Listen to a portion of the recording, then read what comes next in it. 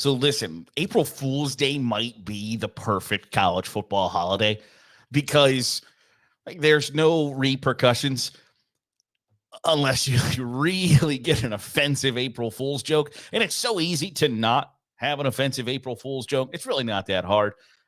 I can't tell you how easy it is to just take it easy on April Fool's Day and have, a ridiculous. And two of my favorite April Fool's Day, like social, and it's a social media holiday, really, at the end of the day. And two of my like favorite are either the social media post that's so preposterous that yet like you're shocked at how many people don't recognize that it's an April Fool's joke. And then it's the ones that kind of point out how ridiculous we get about like things that are super traditional, etc. So for instance, a few years ago, there was a April Fool's joke post about Ohio State had sold the naming rights to the Horseshoe to Safelite Auto Glass, which is based in Columbus. And but it's going to be Safelite Stadium. And people lost their minds because it wasn't going to be the Horseshoe anymore. It wasn't going to be Ohio Stadium. And I think that's brilliant because it's just like, it just points out that we're like really particular about some things that you probably don't really need to be all that particular about. But it just, people went nuts. And one of the like usual suspects is like, hey, we're gonna replace our turf and make it yellow or black or whatever color, red, whatever color you want to throw out there. And you can Photoshop that to make it look so realistic that people buy it for a second until they remember that it's April Fool's Day. But there were two April Fool's Day posts today that I saw that were like, actually, you know what? I'm kind of about it. I'm here for it. And that's part of the fun of April Fool's Day is that like you can kind of trot out the idea of, and this has happened before, I think business wise, where somebody has said, hey, like a food product, and I forget what it was. That it was Culver's. Culver's did an April Fool's joke where they had, like a giant cheese curd on top of a burger, and people were like, dude, hell yeah. And they ended up doing it. The Curder burger, as you can tell, I might be, I'm up on my fast foods and my cheese curds and all that stuff. But you floated it out there as a joke, and then somebody is like, well, wait a second, this is awesome. I want to do this. And I think there are two of those that happened today. And one of my great friend, Dimitri Ravato's college football bubble bath had posted, basically the risk you run on making April Fool's posts is the joke being so badass that it makes people want what you're joking around about. And I think that has happened. The first one is Florida Atlantic and South Florida. They posted a like, hey, we're going to have a battle of the coasts. And they were going to, have the joke that they were going to play a game on an aircraft carrier. Who says no? Who says no to Florida Atlantic versus South Florida on an aircraft carrier? And listen, if my thought is, if you can play a game on a turf field in like Minnesota in November when it's froze. Now I realize that Brett Favre might not agree that was a great idea, but they've got to be able to make turf field. Like we have technology good enough that you can put a turf field on an aircraft carrier, right?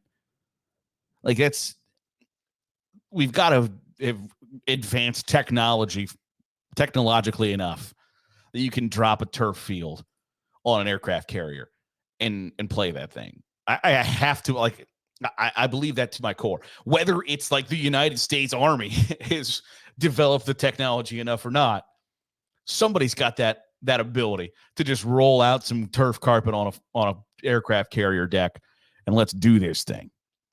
Because if you're watching on YouTube, look at that bad boy. That looks badass. And why are we letting college basketball have all the fun? I realize that some of the college basketball games haven't gone all that great on aircraft carriers, but they're not used to playing outside. Now, this image shows, this battleship soaring through the ocean might be an issue. I just imagine somebody that's got like just an absolute cannon can't throw a swing pass because the ship is moving so fast that you can't even, like, we just gotta, like, it's a service academy game where Navy's got to play Army on an aircraft carrier because all we're going to do is run the football. You can't even pitch it on lateral on the option because the ship's moving too fast. It carries the football the wrong way. But this looks awesome, and somebody's got to try it, and it might as well be Florida Atlantic and South Florida. So I'm here for it. I will do anything I can. Like, so November 1st is when they're going to play. It's a Friday night. You can't tell me that you wouldn't be a little locked in on Florida Atlantic, South Florida on a Friday night, 8 o'clock start on an aircraft carrier. It's badass. It is badass, and they should do it. Figure out a way. Now, the second one is so much easier to pull off, and I legitimately kind of like it. Now, there's only so many schools you can pull this off with. Like, this works for Texas. Texas don't got the berries to do this, but they should.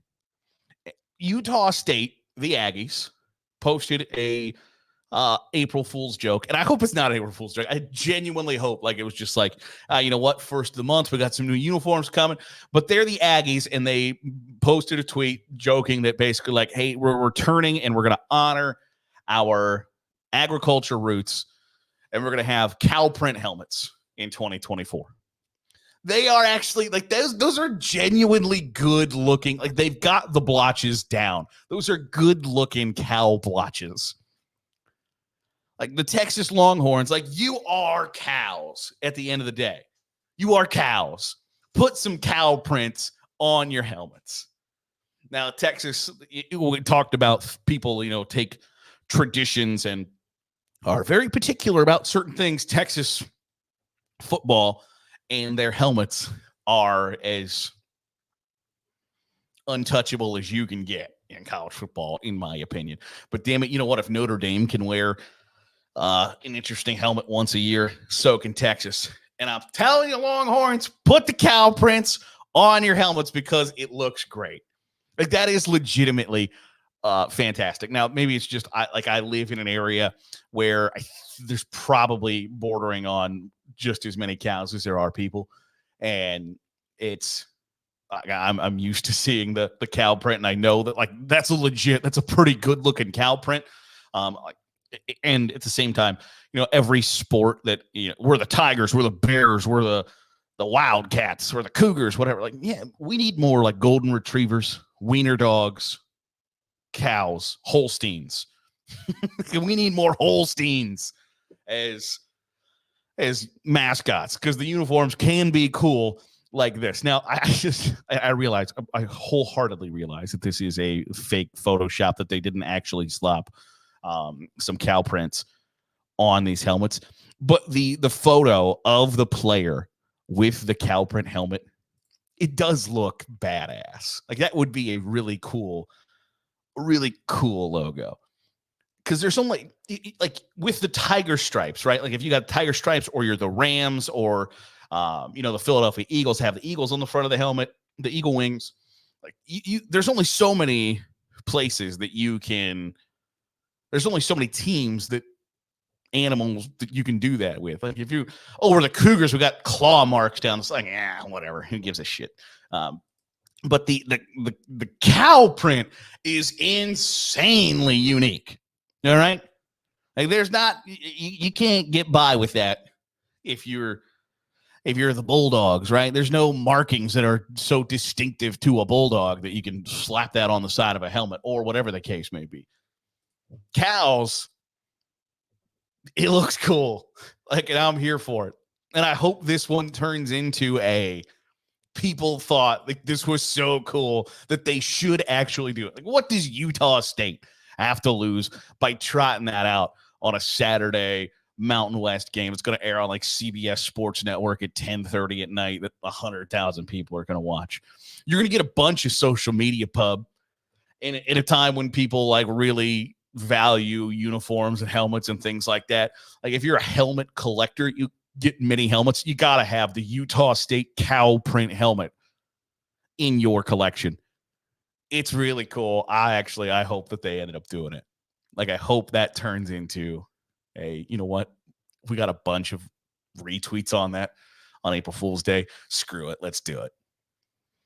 Because, like, you don't have to change. You don't have to have special uniforms for it. You got to get some, like, plastic. You got to get some stickers put on your helmet. That's all. It's probably a pretty cheap way to get a whole lot of pub. And that's all those group of 5 schools are doing. It's like, how do we get more interest and notoriety in for our programs? I got an idea. Put cow prints on your helmets. That's awesome. So those are the 2 best April Fool's jokes, best April Fool's posts from college football on this April Fool's Day. I hope you, like, maybe it's just because I'm juvenile and petty. I hope you trick somebody into something stupid. You know, I don't like the whole, like, Caitlin Clark has an elbow injury and she won't play tonight. Like, that's not an April Fool's joke. An April Fool's joke is like turning the volume up all the way in somebody's car before they jump in or whatever. You know, you tie a rubber band around the water faucet in your kitchen and you spray your wife in the chest with some cold water. I mean, that's the fun stuff. You know, I don't want fake deaths and things like that. But you know what I do want? I want fake cow prints on the Utah State helmets. To even come up with that is hilarious. TCU posted a video with their president saying they were going to go from the Horned Frogs to the Squirrels. It was so corny that you knew it was an April Fool's joke right away. But this cow print on the helmets, you could have got me. Because I think it's cool. I think it's a great idea. And I hope they go through with it. That'll do it for today's episode of the Daily Huddle. Appreciate you making us a part of your day, however it is, wherever it is you're doing so. If you are watching on YouTube, hit the subscribe button. Make sure you're getting all the great college football content that we're pumping out here on Saturday Glory. If you are listening on the podcast feed, drop a 5-star review. It goes a long way helping out the channel. I'll see you tomorrow here on the Daily Huddle with Saturday Glory.